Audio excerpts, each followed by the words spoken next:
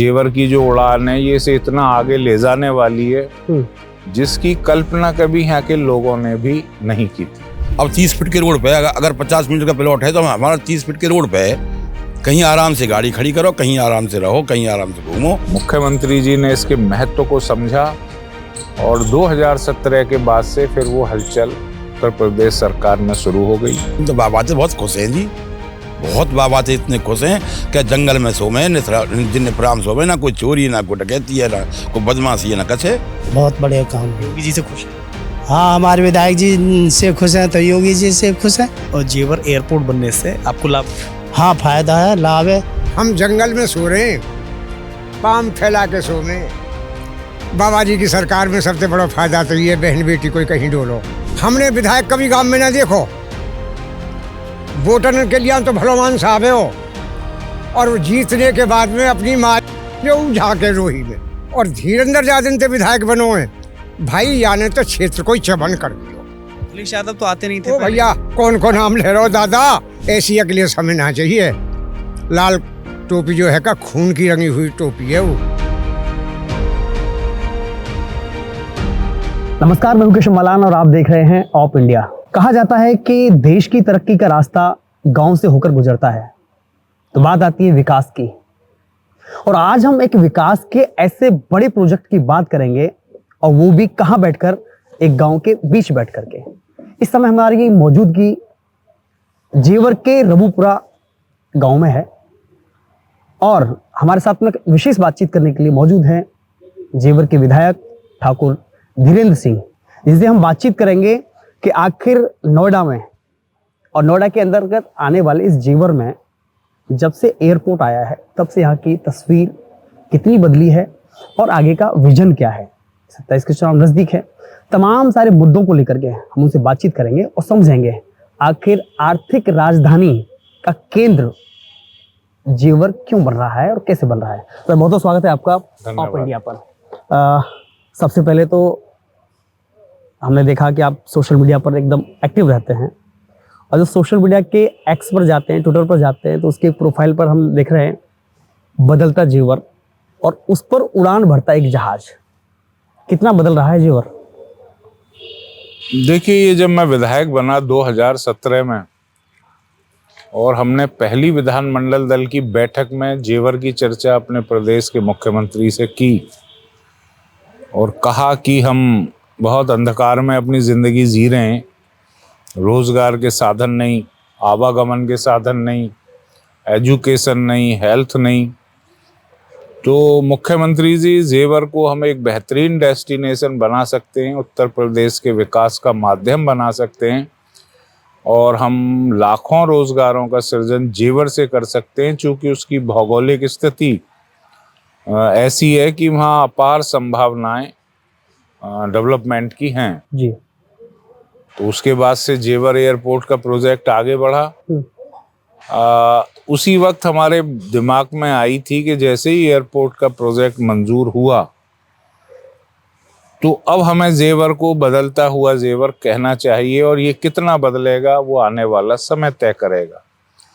लेकिन अब वो बदलता जेवर हम हटाने जा रहे हैं।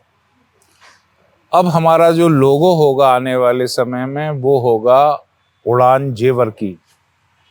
जेवर ने क्या उड़ान भरी पिछले 8-9 सालों में, उसके बारे में हम पूरी दुनिया को दिखाएंगे। तो मकसद यही था कि जेवर बदल रहा है, और इसे बदलना इसलिए चाहिए, यहाँ के लोगों ने बहुत मुफलिसी झेली है। यहाँ रोज़गार के साधन नहीं थे, बच्चे बाहर नौकरी करने जाते थे। यहाँ बहन बेटियों के लिए, नौजवानों के लिए शिक्षण संस्थान नहीं थे जहाँ एजुकेशन ले सकें। तो अब बदलते जेवर में वो सब कुछ बदल गया है। यहाँ 3 डिग्री कॉलेज हैं, पुराने बंद पड़े अस्पताल चालू कराए गए जी। और आप जहाँ तक इस क्षेत्र की बात करें तो ये उत्तर प्रदेश की आर्थिक राजधानी बन चुका है। और जिस दिन यहाँ से हवाई जहाज शुरू हो जाएगा, उस दिन आप देखिएगा कि किस तरीके से आने वाले समय में देश के विकास का भी ग्रोथ इंजन कहीं ना कहीं जेवर को कहा जाएगा। तो इसलिए ये बदलता जेवर अब परिवर्तित हुआ है उड़ान जेवर की में। और ये जेवर की जो उड़ान है ये इसे इतना आगे ले जाने वाली है जिसकी कल्पना कभी यहाँ के लोगों ने भी नहीं की थी। भारत विविधताओं का देश है, लेकिन यहाँ हर प्रदेश की अपनी पहचान भी है। इसी में सबसे बड़े राज्य उत्तर प्रदेश की अपनी एक पहचान है। सबसे ज्यादा जनसंख्या वाला राज्य होने के साथ ही उत्तर प्रदेश काशी, मथुरा, अयोध्या की भूमि भी है। लेकिन इस पहचान को यूपी दिवस के जरिए योगी सरकार ने नया आयाम दिया है। आज से कुछ वर्ष पहले तक लोग यूपी दिवस के विषय में जानते ही नहीं थे। 24 जनवरी को यूपी दिवस इसलिए मनाया जाता है क्योंकि 1950 में इसी दिन यूनाइटेड प्रोविंस का नाम बदलकर हमें आज का उत्तर प्रदेश नाम मिला था। अब योगी सरकार इसे राष्ट्रीय नहीं बल्कि अंतर्राष्ट्रीय स्तर पर पहुंचा रही है। 2026 का यूपी दिवस विकसित भारत विकसित उत्तर प्रदेश की थीम पर बेस्ड था। इसे 15 अलग अलग राज्यों में तो मनाया ही गया, साथ ही इसे 20 देशों के दूतावासों में भी मनाया गया, जहां प्रदेश के मुख्यमंत्री योगी आदित्यनाथ का संदेश भी प्रसारित किया गया। उत्तर प्रदेश वासियों को उत्तर प्रदेश के स्थापना दिवस के अवसर पर अपनी हार्दिक बधाई और मंगलमय शुभकामनाएं भी देता हूं। मुझे खुशी है कि हमारा उत्तर प्रदेश आज विकास भी और विरासत भी के मंत्र का उत्तम उदाहरण बन रहा है। इस विषय में 3 दिन तक कार्यक्रम भी चले। उत्तर प्रदेश के लोग भी अपनी मिट्टी से जुड़ाव महसूस करें और इस पर गर्व करें। इसके लिए यूपी दिवस को भव्य बनाना एक सकारात्मक पहल साबित होने जा रहा है। देखिए दो बात, क्योंकि जब जेवर अब वो एयरपोर्ट को लेकर के ज़्यादा एक राष्ट्रीय पटल पर जाना जा रहा है और भले उसकी अभी शुरुआत नहीं हुई है लेकिन वो शुरुआत के दौर में है, लेकिन इसकी यात्रा बड़ी दिलचस्प है। हम देखें कि एक अहम इसलिए हो जाती है कि यहाँ से दिल्ली मात्र 70 किलोमीटर की दूरी पर है और अगर बात करें एयरपोर्ट की तो इंदिरा गांधी एयरपोर्ट लगभग 90 किलोमीटर की दूरी पर है। इसके बावजूद जेवर ही क्यों, जेवर नोएडा एयरपोर्ट के लिए जेवर की ज़मीन क्यों चयनित की जाती है? क्योंकि आसपास तो और भी इलाके हो सकते हैं, सोनीपत हो सकता है, गाजियाबाद हो सकता है, उधर सोहना हो सकता है, कोई भी हो सकता है, आसपास के इलाके हो सकते हैं। जेवर ही क्यों? और दूसरा कि आखिर इसकी जो यात्रा है, शुरुआत सपने देखने से लेकर के और मंजूरी तक कैसी रही? क्योंकि आपने हर यात्रा में आपका सफर के साथ ही रहे आप उसके। आपने सवाल किया जेवर ही क्यों? जी, राजनाथ सिंह जी जब मुख्यमंत्री थे उत्तर प्रदेश के, उस वक्त उन्होंने कहा था एक भाषण में कि नोएडा ने जिस तरीके से विकास के क्षेत्र में नए आयाम स्थापित किए हैं तो यहाँ एक एयरपोर्ट भी होना चाहिए, ये उन्होंने एक भाषण में कहा था। जी। उसके बाद मायावती जी की सरकार आई और योजनाएं एयरपोर्ट की बनाई जाने लगी, लेकिन वो अंजाम तक नहीं पहुंच पाई। फिर समाजवादी पार्टी की सरकार आई, उन्होंने आधे अधूरे मन से इसे जेवर में न बन सके ये इसे आगरा या फिरोजाबाद ले जाने का प्रयास किया, लेकिन चूंकि भौगोलिक स्थिति जेवर सूट करती थी और आप देखते हैं कि दुनिया में जो बड़े बड़े शहर हैं वहाँ 3-3, 4-4 हवाई अड्डे होते हैं जी, तो ये एक विकल्प के तौर पर देखा जा रहा था कि एनसीआर क्षेत्र में एक अंतर्राष्ट्रीय हवाई अड्डा हो, तो जेवर उसके लिए पूरी तरीके से उपयुक्त था। और इसे जब आगे बढ़ाया गया तो मैंने अभी आपको बताया था कि विधानमंडल दल की पहली बैठक थी और मैंने मुख्यमंत्री जी से कहा कि मेरा परिचय जेवर है, वह जेवर जो कहीं अंधकार में विलीन है, जहाँ कुछ नहीं है। अगर हम जेवर में एयरपोर्ट बनाएंगे तो जो हमारे लोक कल्याण संकल्प पत्र में कहा गया है, उस वक्त भारतीय जनता पार्टी के लोक कल्याण संकल्प पत्र में 10 लाख रोजगार देने का जी चर्चा थी, तो मैंने उसे अपने लोक कल्याण संकल्प पत्र से जोड़ा जेवर को। और उसी बैठक में मुख्यमंत्री जी से मैंने पूरा समझाते हुए बताया कि 10 लाख रोजगारों का सृजन हम कैसे कर पाएंगे। मैंने बताया कि नोएडा ऑलरेडी इतना कंजेस्टेड हो चुका है कि वहाँ अब जगह नहीं बची। दूसरा, जेवर अब एक ऐसी जगह बची है जहाँ लोग विकास भी चाहते हैं और हम उस क्षेत्र में अंतर्राष्ट्रीय हवाई अड्डा लाकर विदेशी निवेश को बढ़ावा दे सकते हैं, जिससे लाखों रोजगारों का सृजन होगा। चूंकि जेवर की भौगोलिक स्थिति दिल्ली से नजदीक, आगरा हमारा टूरिस्ट प्लेस है, मथुरा टूरिस्ट प्लेस है, उस रूट पर जेवर का पड़ना, तो ये बहुत सारी ऐसी बातें थी जिनकी वजह से मुख्यमंत्री जी ने इसके महत्व को समझा और 2017 के बाद से फिर वो हलचल उत्तर प्रदेश सरकार में शुरू हो गई। कैबिनेट से इसे मंजूरी मिली। उसके बाद भारत सरकार में जो फाइलें दम तोड़ चुकी थी उनसे धूल हटाई गई और धीरे धीरे मुख्यमंत्री जी के प्रयास से ये सारी बातें ट्रैक पे आ गई। लेकिन एक समय ऐसा आया 2018 में, हमारा विधानसभा सत्र था, तो यहाँ से खबरें जाने लगी कि किसान एयरपोर्ट बनाए जाने के लिए जमीन अधिग्रहण की सहमति नहीं दे रहे और यह एयरपोर्ट हरियाणा या राजस्थान जा सकता है। तो मैं विधानसभा में अंदर था, जो जैसे ही ये खबर मुझे प्राप्त हुई इलेक्ट्रॉनिक मीडिया के माध्यम से, तो मुझे बड़ा धक्का लगा, क्योंकि मैंने यहीं इसी ज़मीन पर पला बढ़ा, मैं यहीं जन्म लिया। मेरे मन में एक इच्छा थी कि यहाँ भी ऐसे रोजगार के अवसर लोगों पे हों, जिससे खेती के अलावा भी उनके पास बहुत सारे विकल्प अपने जीवन यापन के हों। तो सुनता गया, मुख्यमंत्री ने भी ये सारी खबरें सुनी, मुझे बुलाया और कहा कि भाई ये हम लोग तो जेवर को आगे ले जाना चाहते थे, लेकिन ये कैसी खबरें आ रही हैं। तो मैं फिर सत्र बीच में छोड़कर आया जेवर। चूंकि मैं सन 2010 में जब भट्टा पारसोल आंदोलन हुआ था, उस वक्त उन किसानों के साथ था जिन पर तत्कालीन सरकारों ने लाठियां बरसाई थी जी। और हम लोगों ने उस भूमि अधिग्रहण कानून का विरोध किया था जो ब्रिटिश हुकूमत ने बनाया था। हम चाहते थे कि जो भी विकास हो उसमें किसान को भी भागीदारी मिलनी चाहिए जी। क्योंकि उस समय में जमीनों की लूट होती थी किसानों से औने पौने दाम में लेकर और बिल्डरों को बांट दिया जाता था।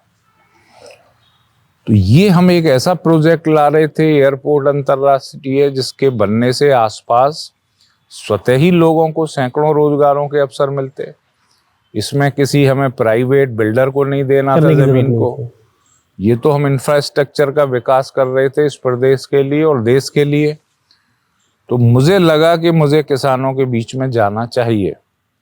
मैं सत्र छोड़कर आया अगस्त महीने में। देखिए किसान भाई भी यहाँ मौजूद हैं, तो मैं इनके घर घर गया। विशेष तौर से जो मुस्लिम समुदाय के काफ़ी गांव थे, उनके मन में काफ़ी वहम थे जी। वो सोचते थे हमारी गांव में मस्जिदें बनी हुई हैं, इनका क्या होगा। हमारे गांव की आबादी ग्राम समाज पर बनी हुई है, कहीं ऐसा ना हो कि सरकार हमें कुछ ना दे। खेती जाने के बाद हमारा क्या होगा, हमें कैसे बसाया जाएगा। ये स्वाभाविक बात थी कि जहाँ हजारों सालों से लोग रह रहे हैं, उन्हें एकाएक कहा जाए कि अब आपको यहाँ से विस्थापित किया जाएगा। तो आप समझ सकते हैं, मुझे बताने की जरूरत नहीं है कि उनके मन में कितनी भयंकर शंकाएं होंगी। मैं उनके बीच में गया, डोर टू डोर मैंने संपर्क किया और उन्हें समझाया कि हो सकता है आज हमें इसका फायदा नजर ना आ रहा हो, लेकिन आखिर हमें अपने आने वाली नस्लों के लिए तो कोई ऐसा रास्ता बनाना पड़ेगा जिससे वो अपनी जिंदगी को खुशहाल बना सकें। खैर किसानों का मेरे साथ जो है यकीन था और उन लोगों ने आगे बढ़कर जब मैंने उन्हें समझाया तो धीरे धीरे सहमति देनी शुरू कर दी। और आज उसी का परिणाम है कि हमारा अंतर्राष्ट्रीय एयरपोर्ट आज बन चुका है। इंतजार है सिर्फ नरेंद्र मोदी जी के आने का, और जिस दिन यहाँ से हवाई जहाज उड़ेगा उस दिन बदलता जेवर उड़ान जेवर की हो जाएगी। भले ही ये ड्रीम प्रोजेक्ट के रूप में देखा जा रहा हो प्रधानमंत्री नरेंद्र मोदी जी के लिए और सीएम योगी जी के लिए, लेकिन धरातल पर आपने उसको पटल पर लाने के लिए विशेष प्रयास किए। हजारों किसानों को मनाना कितना चुनौतीपूर्ण था आपके लिए? ये आप समझ लीजिए कि ये वही जमीन है जहाँ जिकरपुर जेवर के बगल में है, जहाँ गोलियां चली। भट्टा पारसौल में रक्त रंजित क्रांति हुई।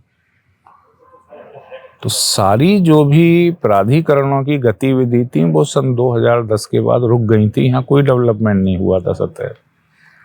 अधिकारियों की हिम्मत जवाब दे गई थी, क्योंकि टप्पल एग्जाम्पल है। सीधी गोलियां चलाते थे किसान, क्योंकि उनके साथ जमीनों की लूट होती थी। तो ये काम बड़ा दुष्कर था। और चूंकि मैं रहा था 2013 के नए भूमि अधिग्रहण कानून को बनवाने में जी। किसानों के साथ, उस वक्त मैं कांग्रेस में था, तो हम लोगों ने बड़े आंदोलन किए कि वो कानून पुराना बदला जाए और उन मजदूरों को भी हम अधिकार दिला सकें जो उस गांव के किसानों के साथ रहते हैं। पहले एक्ट में किसानों को मुआवजा मिल जाता था, लेकिन मजदूरों को नज़रअंदाज कर दिया जाता था। जी। हमारी पूरी जीवन शैली को ध्वस्त कर दिया जाता था। जो हमारे गांव में कारीगर थे, लोहार हों, बढ़ई हों, मोची हों, कोरी हों, वो सारी व्यवस्था उजड़ जाती थी अधिग्रहण से। तो उस आंदोलन में मैं रहा था, और उस एक्ट को बनवाने में भी मेरे दिल में भी ये बात थी कि कहीं ऐसा ना हो कि मैं सरकार से अपने किसानों को वो सारी चीज़ें दिलवा पाऊँ या ना दिलवा पाऊँ। खैर, उस द्वंद्व के बीच फिर मैंने ये सोचा कि नहीं, हमें विकास को तो चुनना ही पड़ेगा, क्योंकि खेती का रकबा धीरे धीरे कम होता जा रहा है। आने वाले समय में हमारे नौजवान भाई भी खेती नहीं करना चाहते, कोई और उद्योग धंधा लगाना चाहते हैं या नौकरी। जी। तब मैं अपना सोच समझकर किसानों के बीच गया, और एक ऐसा रास्ता फिर बना जिससे धीरे धीरे एयरपोर्ट प्रगति के पथ पर अग्रसर हुआ। और योगी जी ने बहुत ज़्यादा कमिटमेंट के साथ इस पर नियमित बैठकें कर इसे एक टाइमलाइन में इसका निर्माण कराया। और आज आप देख रहे हैं कि पूरी दुनिया में जेवर की भी चर्चा हो रही है और नोएडा अंतर्राष्ट्रीय एयरपोर्ट की भी चर्चा हो रही है। इसके बीच में भी एक सवाल और आपने किया था मुझसे। जी। क्या था वो सवाल? लेकिन इसमें लगभग 344 ऐसे किसान थे कि जिन्होंने मुआवजा नहीं लिया, और युवाओं को, अपने बच्चों को वहश संवारने के लिए उन्होंने एक, जो सरकार ने जो वायदा किया था नौकरी का लेकर, उसकी उस पर सरकार कितना खरा उतरी? क्योंकि वायदा देखिए, 344 ऐसे परिवार थे जिन्होंने नौकरी का विकल्प लिया। जी। नए भूमि अधिग्रहण कानून की यही खासियत है कि सोशल इम्पैक्ट असेसमेंट होता है किसी भी अधिग्रहण से पहले, और उसमें ये देखा जाता है कि उस क्षेत्र में रहने वाले लोगों में क्या बदलाव आएंगे इस अधिग्रहण से, उन्होंने क्या दिक्कत आएंगी। जी। यही व्यवस्था 2013 के नए भूमि अधिग्रहण कानून में की गई है। उसमें विस्थापन के लिए या तो एक मुश्त धनराशि ले ले किसान, या फिर उसके परिवार को नौकरी का विकल्प दिया गया था। तो 344 परिवारों ने नौकरी का विकल्प दिया। अभी तक कुछ लोगों की उसमें नौकरी लगी होगी, लेकिन काफ़ी लोग अभी भी इस प्रयास में हैं कि हमें मुस्तकिल नौकरी मिले। एयरपोर्ट वालों का कहना ये है कि साहब, हम तो जो विभिन्न कंपनियां होती हैं, हमारी एजेंसी उनके माध्यम से भर्ती करते हैं, लेकिन नौजवानों का कहना है कि हमें सीधा जो नोएडा इंटरनेशनल एयरपोर्ट है उसके लेटर हेड से भर्ती किया जाए। इस संबंध में मैंने बैठक भी की अभी अधिकारियों से, और जो बच्चों ने बताया था ये हमने तय करा दिया है कि प्रॉपर तरीके से जो भी श्रम कानून है देश के, उनके अनुरूप उन्हें रखना होगा, और ये शर्तें उल्लिखित करके देनी होंगी। मान लो हम बच्चों को समायोजित करा रहे हैं ग्राउंड ड्यूटी पे या लॉन्ज में या सिक्योरिटी में, जी, तो जो भी कंपनी उन्हें भर्ती करेगी वो उन्हें निकाल नहीं पाएगी। उसका अधिकार हमने नियाल को दे दिया, जिसमें अथॉरिटी और ज्यूरिक इंटरनेशनल एयरपोर्ट के लोग हैं शामिल रूप से, तो वो कंपनी डायरेक्ट नहीं निकाल पाएगी। और भी एक दो ऐसे क्वेरीज थी बच्चों की, तो वो सब अब तय करा दी गई हैं, और मुझे ऐसा लगता है कि किसी भी बच्चे का अधिकार मरेगा नहीं। उन्हें उनकी योग्यता के अनुसार नौकरी दिलवाए जाना सरकार की जिम्मेदारी है, ये कोई खैरात नहीं है, और विधायक होने के नाते मैं उन्हें नौकरी दिलवा कर ही दम लूंगा। एक हाल ही में एक आंकड़ा आया था, कैबिनेट सेक्रेटरी जो चीफ हैं उन्होंने कहा था कि देश में 85 लाख करोड़ के ऐसे प्रोजेक्ट हैं जो कहीं न कहीं धरातल पर जो विवाद होते हैं उनके कारण अटके रहते हैं, और ये एक देश का बड़ा प्रोजेक्ट है और हजारों हजार करोड़ इसमें इन्वेस्टमेंट होना है, लेकिन उसको इतने आसानी से धरातल पर लागू करना मतलब क्या एक वजह मानते हैं? क्योंकि सरकारें, हर सरकार में हमने देखा है छोटे से छोटा प्रोजेक्ट लगाने में सरकार हाफ जाती है। देखिए, उसका सबसे बड़ा कारण है संवाद। जी। पहले तो मैं आपके पहले सवाल का जवाब दूं कि इतनी जमीनें अटकी पड़ी हैं जी। विकास के लिए, उसमें सरकार के जो नुमाइंदे थे, जिसे हम शासन और प्रशासन कहते हैं, उनकी नीतियां स्पष्ट नहीं होंगी, ट्रांसपेरेंसी नहीं होगी।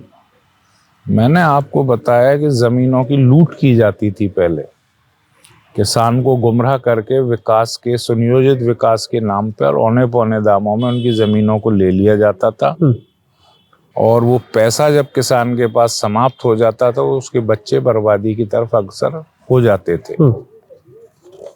लेकिन यहाँ संवाद काम आया। मैंने स्वयं किसानों से संवाद किया, उनके क्या अधिकार हैं उन्हें सुनिश्चित कराया गया, मुआवजा भी बढ़वाया गया, और सीधे मुख्यमंत्री को मैं कई बार जेवर एयरपोर्ट के किसानों से मिलवा चुका हूँ जी। क्योंकि मुख्यमंत्री जी का ड्रीम प्रोजेक्ट है। जब भी कोई ऐसी समस्या आई या किसी भी फेस का हमें अधिग्रहण करना हुआ या मुआवजे के विषय हुए, तो ऐसा इस प्रदेश के इतिहास में कभी नहीं है जहां मुख्यमंत्री ने किसानों से सीधा संवाद कर उनकी बातों को वरीयता देते हुए उन्हें राहत प्रदान की हो। वो इस जेवर एयरपोर्ट के प्रोजेक्ट में हुआ। निश्चित तौर से यहाँ कोई किसान जमीन नहीं देता था, लेकिन ये तो किसान भाइयों का इस प्रदेश के विकास के लिए एक बहुत बड़ा मैं तो कहूँगा कि एहसान है, और इसे याद रखा जाना चाहिए। इस पर तो किताब लिखनी चाहिए कि जहाँ 2 इंच जमीन के लिए गोलियां चलती थी, वहाँ इतना बड़ा प्रोजेक्ट बिना किसी लाठी के, बिना किसी गाली के, बिना किसी पुलिस के और बिना किसी विवाद के समाप्त हो गया। ये अपने आप में एक किताब का विषय है, और किसानों ने जो विकास के नाम पर इस प्रदेश की तरक्की के लिए और मुख्यमंत्री के साथ सीधी बैठकर वार्ता की है, वो अपने आप में एक ऐसा उदाहरण है जिसे अन्य प्रांतों को भी ग्रहण करना चाहिए, जिससे विकास आगे बढ़ सके। तो इसका सबसे बड़ा कारण यही रहा, संवाद। हमने घर घर जाकर संवाद किया, जिन बातों को हम तय नहीं कर सकते थे, सीधा सरकार के मुखिया से किसानों की मुलाकात कराई। 2017 में 1800 रुपये प्रति स्क्वायर मीटर मुआवजा था, जिसे 3 बार बढ़वाया गया। पहले फेस में 500 रुपये प्रति वर्ग मीटर, दूसरे में 800 रुपये प्रति वर्ग मीटर, और तीसरे और चौथे चरण के लिए 1200 रुपये प्रति वर्ग मीटर मुआवजे की वृद्धि आज तक हिंदुस्तान के इतिहास में किसी भी प्रोजेक्ट के लिए नहीं हुई। और आज आप देख रहे हैं कि किसानों का जो त्याग है इस एयरपोर्ट को बनाए जाने के लिए, उसी की वजह से आज यहाँ डेवलपमेंट हो रहा है। एयरपोर्ट के साथ बहुत सारी मल्टीनेशनल कंपनियां यहाँ आ रही हैं, और धीरे धीरे यह क्षेत्र एक विश्व स्तरीय औद्योगिक क्षेत्र की तरफ अग्रसर है। और निश्चित तौर से एक ज़माना था जब हमारे बच्चे बाहर नौकरी करने जाते थे।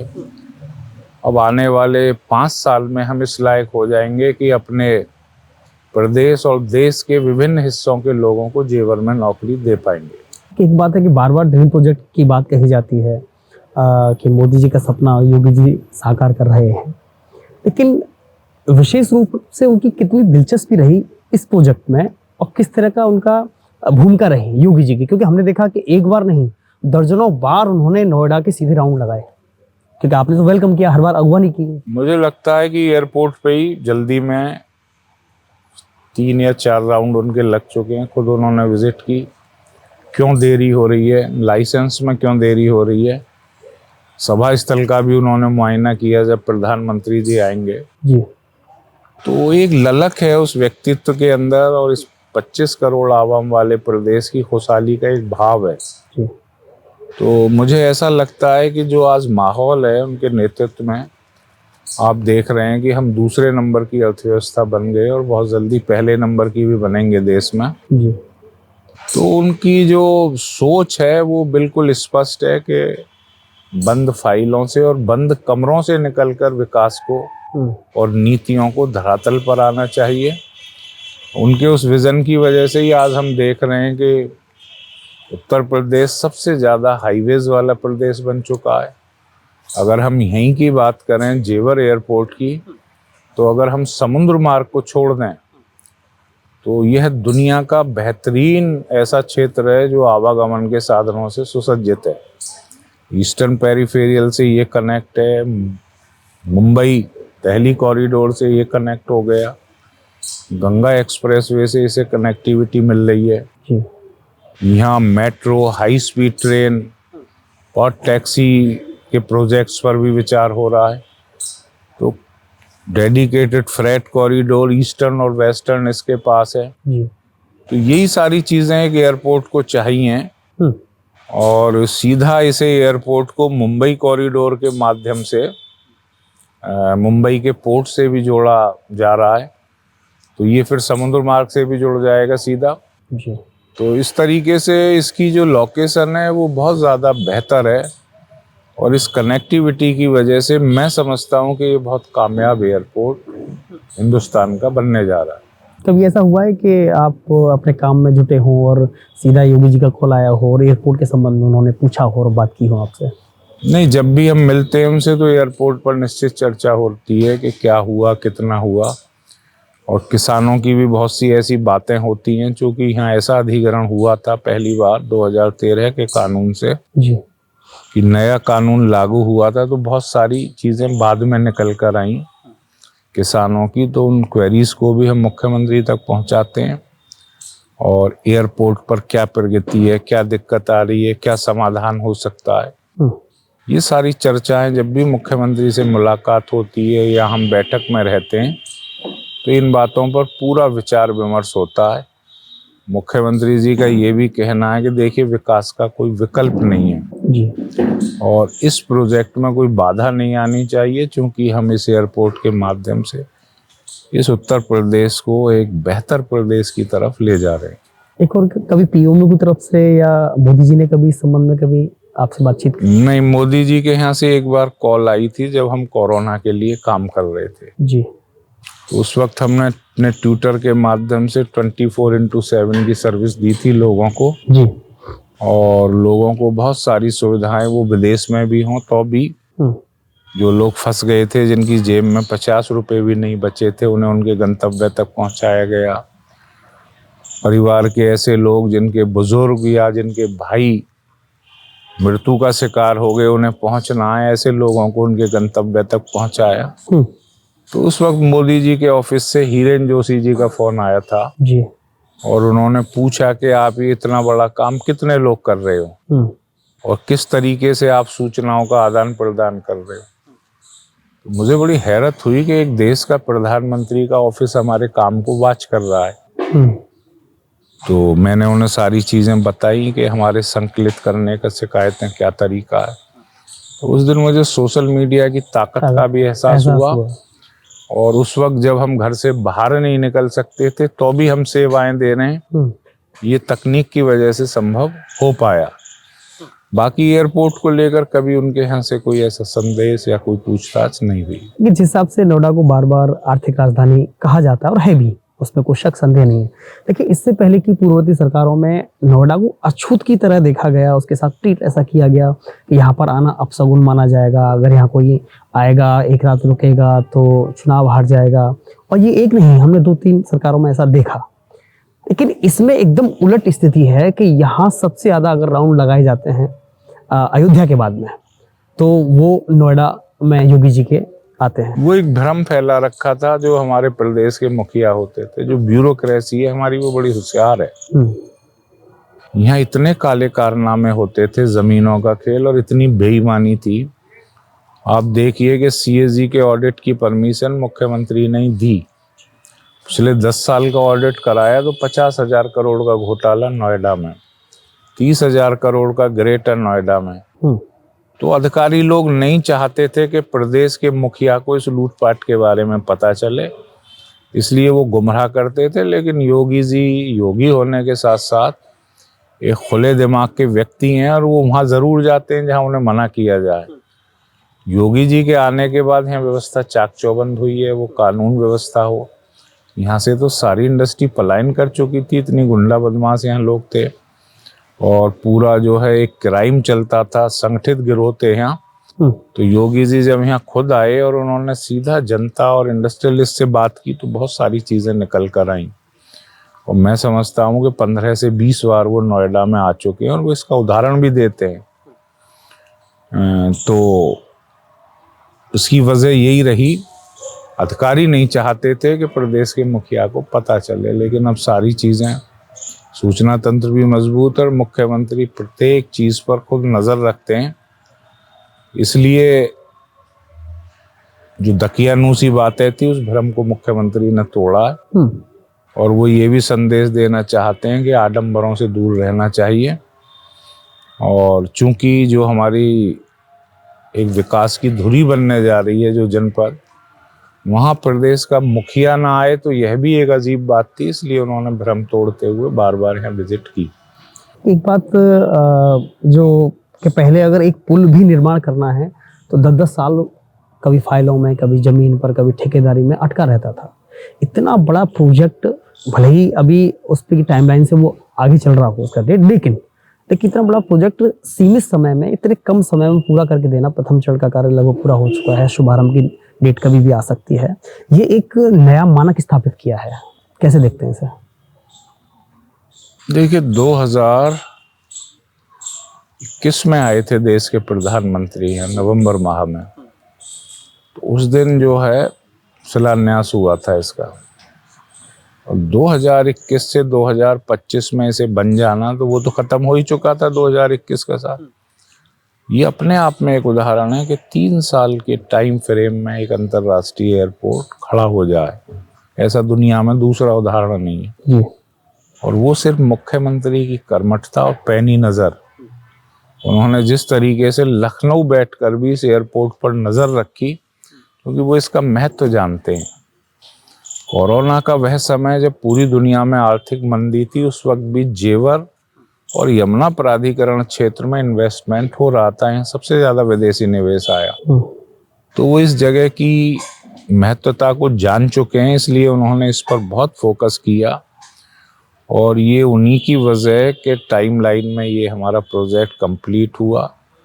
और अब इंतज़ार है मोदी जी का कि कब वो समय देंगे और हम यहाँ से एक आगाज़ करेंगे नए भारत के उत्थान का और उन नौजवानों के सपनों का जिनकी आंखें दम तोड़ चुकी थीं कि कभी कोई क्षेत्र, वह क्षेत्र जहाँ ज़मीनों का अधिग्रहण रुक गया था, जहाँ गोलियाँ चलती थीं, जहाँ कोई इंडस्ट्री आना नहीं चाहती थी, जहाँ की कानून व्यवस्था बहुत बदतर थी, वह क्षेत्र आज दुनिया में अपना एक ऐसा मुकाम बनाएगा जिससे आने वाली पीढ़ियां यहाँ अपना जीवन यापन, अपने रोजगार के अवसर प्राप्त कर पाएंगी। जेवर एयरपोर्ट मोदी का जो सपना है 2047 विकसित भारत और विश्व की तीसरी अर्थव्यवस्था, कितना सहायक सिद्ध होगा उसके लिए? निश्चित तौर से हमारा जेवर विकसित भारत के प्रधानमंत्री के सपने को साकार करने की दिशा में एक बहुत बड़ा माध्यम बनेगा जी। देखिए यहाँ हम देखें कि किसान भी विकास की ओर अग्रसर हैं और एक एयरपोर्ट आने से टूरिज्म का डेवलपमेंट बहुत होता है, होटल उद्योग आते हैं, ट्रांसपोर्टेशन के बहुत काम होते हैं। एक आम आदमी भी एयरपोर्ट आने के बाद में ऐसे काम कर सकता है जिसमें उसे स्किल्ड होने की ज़रूरत नहीं है। तो जहाँ हर आदमी के हाथ में काम होगा तो वह क्षेत्र तो तरक्की करेगा ही, और इतने यहाँ ऑप्शन होंगे बाहर के लोगों को तरक्की के लिए, अपना विकास करने के लिए, कि जब लोगों का विकास होगा तो निश्चित तौर से प्रधानमंत्री के उस सपने को आगे बढ़ाने का पूरा माध्यम जेवर भी बनेगा, इस बात का मुझे यकीन है। यहाँ के उन किसानों को क्या मिलेगा और जो आसपास में जो विकास होगा, ऐसा नया प्रोजेक्ट अगला कौन सा है जो एयरपोर्ट के बाद आप लोगों की सुविधाओं के लिए यहाँ लाना चाहते हैं या देना चाहते हैं? किसानों के जीवन स्तर में आमूलचूल परिवर्तन आया है। शंकाएं हर समाज में होती हैं, हर अच्छी योजना का विरोध भी होता है जी। नकारात्मक पहलू भी होते हैं, सकारात्मक भी होते हैं। लेकिन चूंकि हमारी ऐसी सरकार है कि जो भी समस्याएं आती हैं, मान लो किसानों को कोई समस्या तो सीधी सरकार तक पहुंचाई जाती है। और मैं निरंतर प्रयासरत रहता हूं कि जिन किसान भाइयों ने यहाँ विकास का रास्ता खोला है, उन किसान भाइयों को ज़्यादा से ज़्यादा उनके हक मिलें, इसके लिए मैं सरकार से निरंतर पैरवी करता रहता हूँ। दूसरा क्या सवाल था आपका? हाँ, यही कि कौन सा नया प्रोजेक्ट पे काम कर रहे हैं जो उनको आप सौंपेंगे? देखिए फिल्म सिटी यहाँ आ रही है जी, और यह भी योगी जी का ड्रीम प्रोजेक्ट है। दूसरा, यहाँ बहुत सारी American city, Korean city, fintech city, data park, medical device park देश को 5 मिले थे, जिसमें एक उत्तर प्रदेश को मिला और वो भी हैं जेवर में बन रहा है। और मेट्रो ऑन व्हील्स, बहुत सारी अपैरल पार्क हैं जिसमें 70% स्थानीय महिलाओं को रोजगार मिलेगा। कुल मिलाकर दुनिया का ऐसा कौन सा उद्योग है जो इस क्षेत्र में नहीं आ रहा। तो यह क्षेत्र तो एक माध्यम बनने जा रहा है इस पूरे उत्तर भारत के सपनों को साकार करने। एक आखिरी सवाल कि जब कोई भी काम करता है तो उसके परिणाम की नेता उम्मीद करता है, और परिणाम कहीं ना कहीं राजनीतिक रूप से ही देखा जाता है, और वो भी एक परीक्षा होती है, आप कह सकते हैं, किसी भी राजनेता के लिए। 2027 का चुनाव नज़दीक है, तो तैयारियां कैसी चल रही हैं? और दूसरा, क्योंकि लोकसभा चुनाव में हमने देखा कि कहीं ना कहीं भाजपा को एक झटका लगा, सपा को बढ़त मिली, तो यह लोकसभा चुनाव, ये जो विधानसभा चुनाव होगा 27 का, इसमें इस प्रोजेक्ट का खास तौर पर पश्चिमी उत्तर प्रदेश पर क्या असर पड़ेगा और उसमें कितनी बढ़त दिखाई देगी? देखिए, विपक्षियों के पास अब कोई मुद्दा तो है नहीं, सिर्फ लोगों को पीडीए जातियों के नाम पर एकत्र करने। आज प्रदेश के लोग समझ चुके हैं, उन्होंने पिछले 8-9 साल में योगी जी के जिस नेतृत्व को देखा है, और जिसमें प्रशासन में एक सख्ती भी है, और वह सख्ती ऐसी है जहां हर गरीब को न्याय मिलता है। माफिया जमींदोज हो चुके हैं, गुंडे बदमाशों की हैसियत नहीं है कि वो किसी बहन बेटी को परेशान कर सके। कानून व्यवस्था का उदाहरण दुनिया के अनेक मुल्क देते हैं योगी जी की, देश के विभिन्न प्रदेशों के लोग देते हैं। तो जहां रामराज होगा, मेरा मतलब जहां कानून का राज होगा, वहाँ निश्चित तौर से तरक्की होगी, और जब तरक्की होगी तो लोगों की ज़िंदगी आसान होगी, और उस तरक्की का फ़ायदा, जैसे सूर्य की किरणें फैलती हैं, अपने चारों तरफ फैलती हैं, उसका फ़ायदा एक बहुत बड़े जनसमूह को होता है, बहुत बड़े क्षेत्र को होता है। तो ऐसा कोई मुद्दा विकास के तौर पर विपक्षियों के पास नहीं है, सिर्फ जातियों में बांटने के अलावा। पश्चिमी उत्तर प्रदेश की आप बात करेंगे तो निश्चित तौर से ये एयरपोर्ट एक मॉडल है योगी जी के विकास का, और ये एयरपोर्ट एक मॉडल है कि किस तरीके से समाज के सभी वर्गों को साथ लेकर किसी क्षेत्र को विकसित किया जा सकता है। निश्चित तौर से इसका फायदा चुनाव में हमें मिलेगा, और मोदी जी जब इसका उद्घाटन करेंगे तो उसकी गूंज पूरे देश में जाएगी, और उत्तर प्रदेश के विकास की गूंज पूरे देश में जाएगी, और योगी जी के उस विजन की गूंज पूरे देश में जाएगी, जिनके जहन में 25 करोड़ आवाम की खुशहाली का भाव है। आपकी विशेष तैयारियां क्या हैं? क्योंकि बेहद आपको योगी जी के करीब माना जाता है। लास्ट में भी हमें 22 के चुनाव में भी देखा था कि वो चुनाव प्रचार के बाद में सीधे आपके घर भी गए थे। कैसे आप उनका हाथ मजबूत करेंगे? एक, हम जब बहुत छोटे थे तो एक सन्यासी फिल्म आई थी मनोज कुमार जी, उसमें एक गाना हम सुनते थे कि कर्म किए जा फल की चिंता मत करे इंसान, ये है गीता का ज्ञान, ये है गीता का ज्ञान। जी देखिए, हमने इसी जमीन पर जन्म लिया, और हमारे भी दिल में एक इच्छा थी। हम बुलंदशहर जाते थे तो बस 2.5 घंटे लेती थी। हम अपने बच्चों को सुबह 4 बजे उठकर, जो यहाँ क्षेत्र के नौजवान हैं, वो चोला रेलवे स्टेशन से ट्रेन पकड़ते थे 5:30 बजे, और दिल्ली पहुँचते थे वो 8:30 बजे, और नौकरी करके रात को फिर वापस आते थे 8 बजे की ट्रेन से। तो हमने वो ज़माने देखे हैं जेवर के। आज विधायक के तौर पर मैंने महसूस किया है कि जिस ज़मीन पर जन्म मैंने लिया है, मैं लोगों को कुछ राहत देने का माध्यम बन सका, और इस ज़मीन का थोड़ा सा कर्ज उतारने का माध्यम बन सका। तो मेरी तैयारी तो पूरे 5 साल रहती है, क्योंकि मैं फील्ड में ही ज़्यादा रहता हूँ, और यहाँ हमने गांवों का भी विकास में शहरों के साथ बराबरी के स्तर पर रखा। एक एक गांव में 10-10, 15-15 करोड़ रुपए के विकास कार्य कराएं।